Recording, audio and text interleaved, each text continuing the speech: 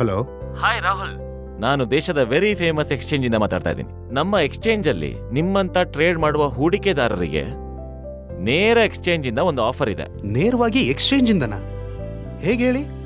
ಸೀಮಿತ ಸಮಯದವರೆಗೆ ನಾವು ಒಂದು ಆಫರ್ ಕೊಡ್ತಾ ಇದೀವಿ. ಏನ್ ಆಫರ್ ಕೊಡ್ತಾ ಇದೀವಿ ಅಂದ್ರೆ, ನಮ್ಮ ಎಕ್ಸ್ಪರ್ಟ್ಸ್ ನಿಮ್ಮ ಪರವಾಗಿ ಟ್ರೇಡಿಂಗ್ ಮಾಡ್ತಾರೆ.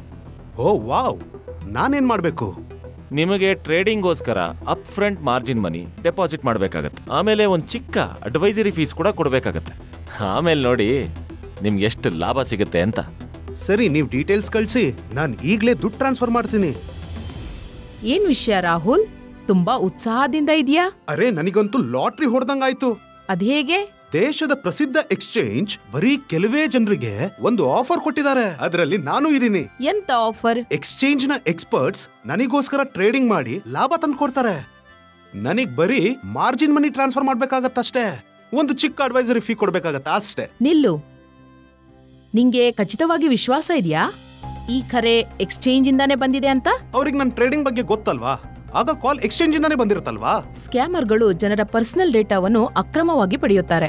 ಪ್ರತಿಷ್ಠಿತ ಹಣಕಾಸು ಸಂಸ್ಥೆಗಳ ಪ್ರತಿನಿಧಿಗಳೆಂದು ಹೇಳಿಕೊಳ್ಳುತ್ತಾರೆ. ಅವರ ವಿಶ್ವಾಸವನ್ನು ಗೆಲ್ಲುತ್ತಾ, ಅವರನ್ನು ಸೆಳೆಯುತ್ತಾ ಎಲ್ಲಾ ಹಣವನ್ನ ದೋಚ್ತಾರೆ. ಅಂದ್ರೆ ಇದೊಂದು ಸ್ಕ್ಯಾಮ್ ಕಾಲಾ? ಖಂಡಿತವಾಗಿ. ಥ್ಯಾಂಕ್ ಯು ಪ್ರಿಯಾ, ನಾನ್ ದುಡ್ಡು ಕಳ್ಕೊಳ್ಳೋದ್ರಿಂದ ಉಳಿಸ್ದೆ. ರೆಗ್ಯುಲೇಟೆಡ್ ಎಕ್ಸ್ಚೇಂಜ್ ಹೂಡಿಕೆ ಸಂಬಂಧಿತ ಸಲಹೆ ಅಥವಾ ಖಾತರಿಯ ಆದಾಯವನ್ನು ನೀಡುವುದಿಲ್ಲ.